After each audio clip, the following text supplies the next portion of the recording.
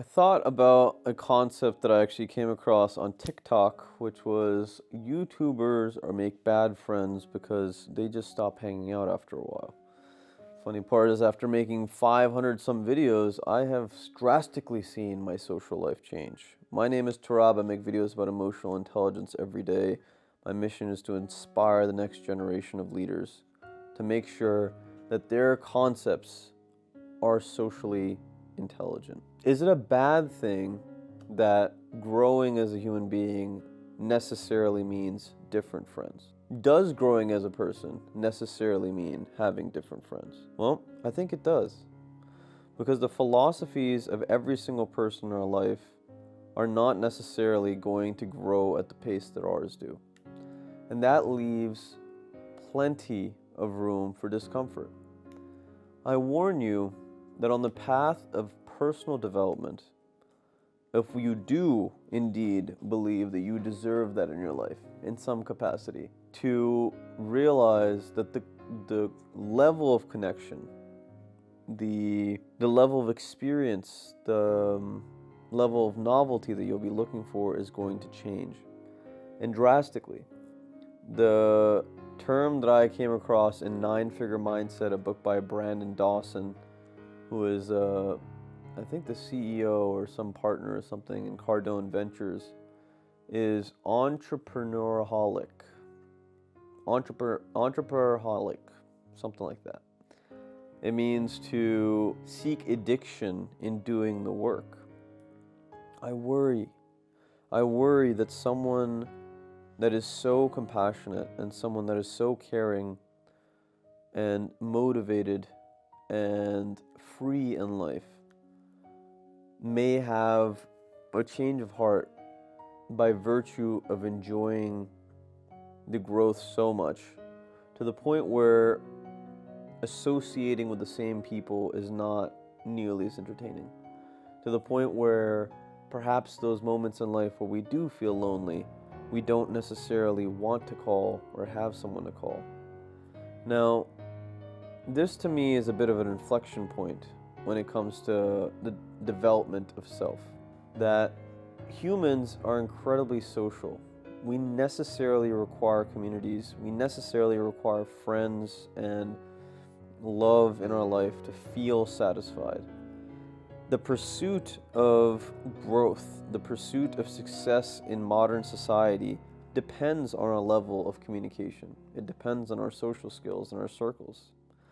But many of the things that we have to actually get done in order to make those circles flourish, in order to expand our understanding of what we're trying to do, I believe, comes from individual work, independent work. Perhaps as a team, it can be scaled together or knitted together to produce the ultimate result.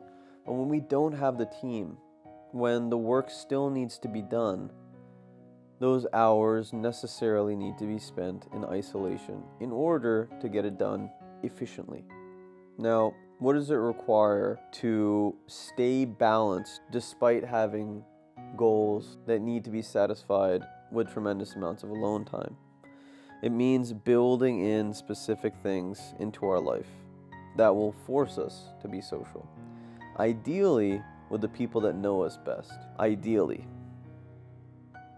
What I've come to realize, however, is the people that know us best at point A are going to wonder what it takes necessarily to get that same amount of laughter, that same amount of joy at point B. By virtue of the changing of our character, of the pursuit of essentially becoming a different human being. So I say to you, be wary, be very careful. In the road of personal development, one of the greatest pitfalls is to spend too much time alone, is to spend too much time thinking, is to spend too much time taking for granted the things that make human life genuinely enjoyable.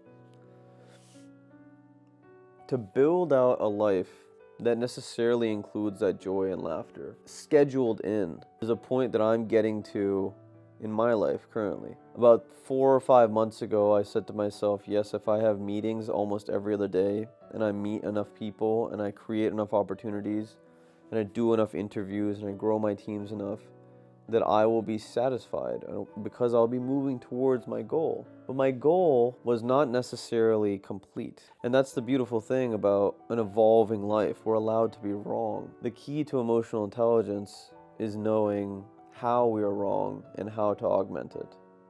So when I think to myself, okay, I have gotten better, my business has grown, my social circles have flourished in some capacity, but my personal life perhaps has dwindled.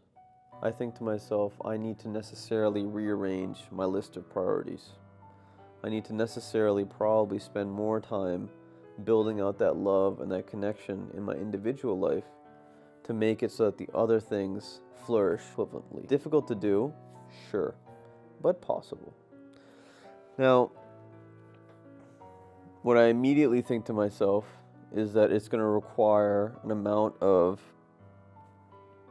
scheduling and an amount of communication with my staff that is scheduling things for me to let them know that no, this time cannot be used for anything else, and that no, this is perhaps not a priority in my life. I think as leaders, we need to understand without boundaries, without an understanding of how we want to live life, we're never really going to be able to communicate the way that we want our companies, our groups, our situations structured. Again, a level of intentionality is required when things get complex. And I tell you this with the biggest heart. Love yourself. Love yourself first. Understand what you as an individual need, as a friend would, as a parent would, as someone that loves you would. And try to create as many of those situations for yourself as you can. That doesn't mean a friend that's necessarily bad for you that wants you to drink all the time or smoke or do this other thing, or a family member that is perhaps toxic for you and wants to control you in some capacity and leave you dependent. But it does mean having a level of awareness for when we are feeling down, when we are feeling contemplative for perhaps difficult reasons that are not immediately vocalizable. Not really a word, vocalizable, but something to consider. There is much in us that is a sea to explore. So that means taking a dive every now and then might be beneficial for the character as a whole. Think about it. If there are things in your life that you know you are missing, realize it just takes some intentionality to switch around and to make sure that we are having that genuine time with other human beings or genuine interactions with perhaps the things that we really like to do, besides what is imposed on us by the drastic goals perhaps we have set in the moment. So it's always difficult to admit to myself that I am off track or off base. But my intuition is the only thing that holds me accountable. I am growing as an individual. I can sense it. I can feel it in the way that I'm thinking and the way that I am laying out my time. That growth is not easy. And it's not supposed to be. It's the process of ripping the muscle. It's the process of getting to a breaking point and saying, do I want to continue going this way, or should I perhaps skirt around the edges and find a different direction to walk? Difficult ideas. And I think a lot of us have gotten into situations in life where we feel stuck. We feel like there are so many years left before this turns into something that I really enjoy that I wonder what it is that breaks, that stands as the last straw on the back before someone truly switches over and goes deeply into passion. If you have the answers to the questions, let me know in the comments below. Actualize your potential catalyst. This world needs you. Take care of yourself, and I'll see you on the flip. Peace.